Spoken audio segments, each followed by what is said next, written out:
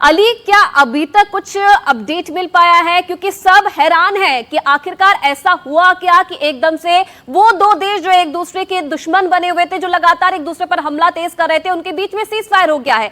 क्या अभी तक शर्तें पता चल पाई है कि कैसे ये दोनों देश मान गए?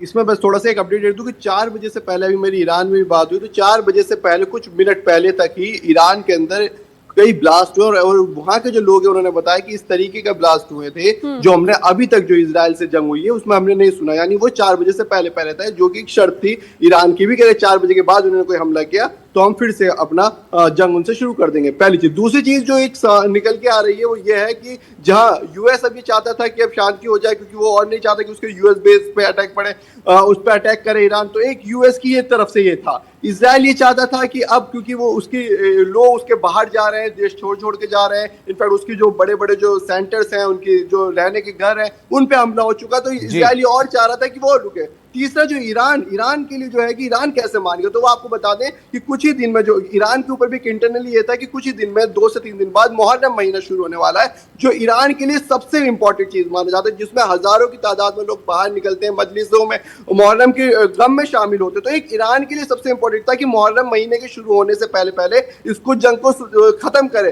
और यही एक तरीके से ईरान ने यह भी दिखा दिया कि जहां यूएस ट्रंप ने जो कहा था कि पहले ईरान को सीज फायर करना पड़ेगा, ईरान कोई हमला नहीं करेगा 12 घंटे तक, और वही लेकिन ईरान ने भी अपने एक तरीके से ये मनवा ली बात कि नहीं, हम 4 बजे तक जो तेहरान टाइम है वो उस तक हम इंतजार करेंगे, अगर इजराइल ने हम पे किया तो हम फिर से हमला करेंगे। तो यानी इजराइल भी अपने आप को वो दिखाना, इजराइल ने भी अपनी चीज दिखा दी कि हम भी अब बड़े हैं, ईरान ने भी दिखा दिया कि अगर इजराइल तुमने कोई हमला किया तो हम भी करेंगे। चलिए, तो सबके लिए संतुष्टि वाली बात यहाँ पर अली हो गई है। सबने अपना अपना जवाब अपनी जनता को दिखाने के लिए यहाँ पर दे दिया है कि भाई हम पर हमला हुआ तो हमने यहाँ पर रिटेलिएट उसको लेकर कर दिया, लेकिन हासिल क्या हुआ ये यहाँ पर देखना होगा। लेकिन इससे पहले जब ये बात यहाँ पर हो रही है आयुषी कि सीज फायर यहाँ पर हुआ है, डोनाल्ड ट्रंप इसको अनाउंस कर रहे हैं, उससे पहले क्या हुआ ये भी जरा आप यहाँ पर देख लीजिए। ईरान पर जब अमेरिकी हमला हुआ, उसकी जवाबी कार्रवाई के तौर पर ईरान ने यहाँ पर परमाणु ठिकानों पर हमले का जवाब देते हुए कतर में अमेरिका के अल उदीद एयर मिलिट्री बेस पर 14 मिसाइलें दागी, और इन मिसाइलों को जब दागा गया तो एकदम से इसकी चर्चा होने लग गई कि हवा में मिसाइलें यहाँ पर देखी गई हैं और मिडिल ईस्ट के कई देशों में अमेरिकी बेस को निशाना ईरान ने बना दिया है। लेकिन ज्यादातर मिसाइलें यहाँ पर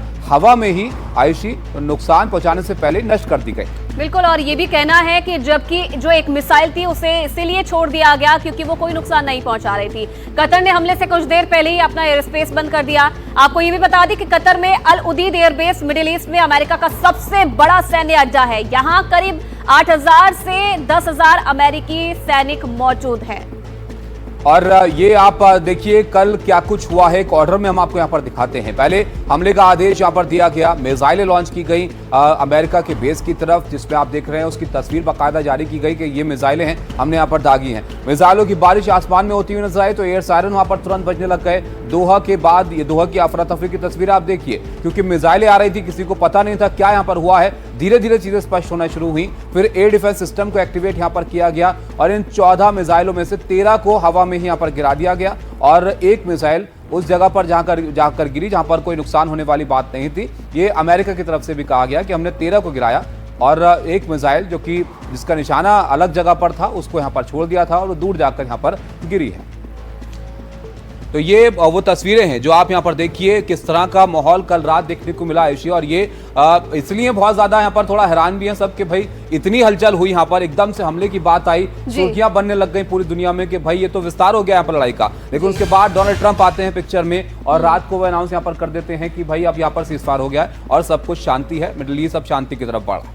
बिल्कुल, और ताबिश हर कोई जानना चाहता है कि आखिरकार इन चंद घंटों में हुआ क्या, कैसे ये बातचीत हुई, कैसे ये सीज फायर हुआ। क्योंकि कुछ दिनों पहले हमने देखा था कि अमेरिका ने जिस तरीके से हमला किया उसके बाद जंग और तेज होने की आशंका जताई जा रही है। ये एक और तस्वीर देखिए आप, क्योंकि ईरान का एक इस तरह का सेंटिमेंट बना था कि वो जवाब देंगे, उन पर जो भी हमला होगा उसका जवाब देंगे। जब ये जवाब देने की बात यहाँ पर आई कि अमेरिकी बेस को निशाना बनाया गया तो ये देखिए आप सड़कों पर कैसे जश्न मनाते हुए ईरान के लोग यहाँ पर नजर आए, सड़कों हाथों में झंडे लेकर वो उतरे। लेकिन ये जश्न भी बहुत ज्यादा देर नहीं चला आयुषी, क्योंकि तुरंत तो सीज फायर की बात यहाँ पर होने लग गई कि भाई अब इसके आगे लड़ाई नहीं होगी, बातें मकसद यहाँ पर पूरे हो गए हैं और ये सब चीजें यहाँ पर तय हो गई है। विशाल हमारे साथ है। विशाल, सीज फायर तो यहाँ पर हो गया, डोनाल्ड ट्रंप यहाँ पर बात कर रहे हैं, लेकिन विदेश मंत्री ईरान के उनकी प्रतिक्रिया भी आई थोड़ी सी अलग। वो इससे थी कि ऐसा कोई एग्रीमेंट फिलहाल यहाँ पर नहीं हुआ है।